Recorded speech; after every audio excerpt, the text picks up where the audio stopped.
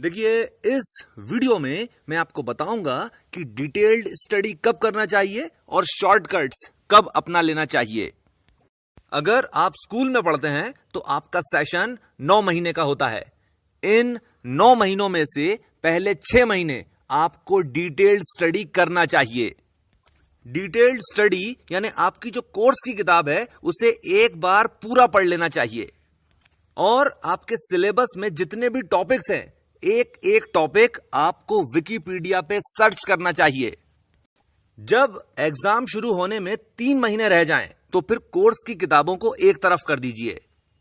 अब उठाइए 20 क्वेश्चंस और गाइड्स और जब तक एग्जाम्स खत्म नहीं हो जाते तब तक आपको इन्हीं किताबों से पढ़ना है।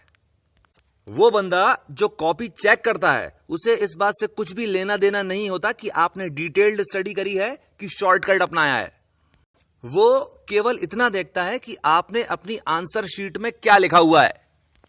ये हो गई एक चीज। दूसरी चीज, अगर आप कॉलेज में पढ़ते हो तो आपका सेशन 6 महीने का होता है और इन 6 महीनों में से पहले 3 महीने आपको डिटेल्ड स्टडी करना चाहिए। और ये डिटेल्ड स्टडी इसलिए करना चाहिए क्योंकि एक कॉलेज स्टूडेंट के लिए ये चीज बहुत ही ज्यादा जरूरी होती है कि उसकी अपने सब्जेक्ट के ऊपर बहुत ही अच्छी पकड़ हो।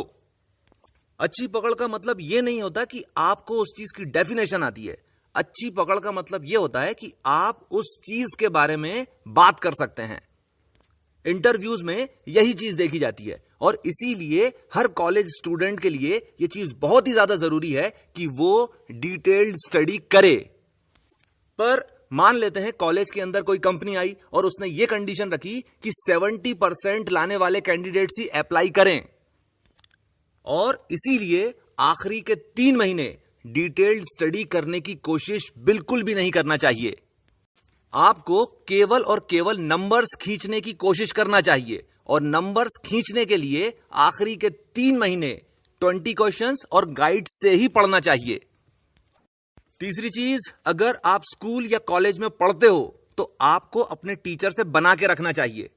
जब एग्जाम शुरू होने में 2-3 महीने रह जाएं तो आप अपनी किताब लेकर जाइए टीचर के पास और उससे बोलिए कि साहब इसके अंदर इंपॉर्टेंट क्वेश्चंस मार्क कर दीजिए।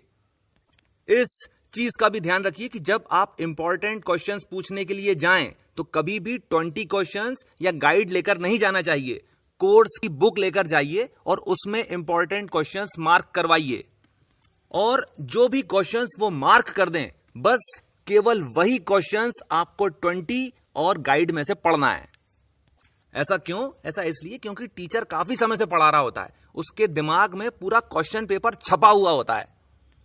पर ये सभी चीजें आपको केवल तभी मालूम चलेगी जब आपने साल भर उस टीचर से बना के रखी हुई होगी। ठीक है, इसके साथ मैं अपनी बात खत्म करता हूं। आपने मुझे इतना समय दिया, थैंक यू वेरी मच।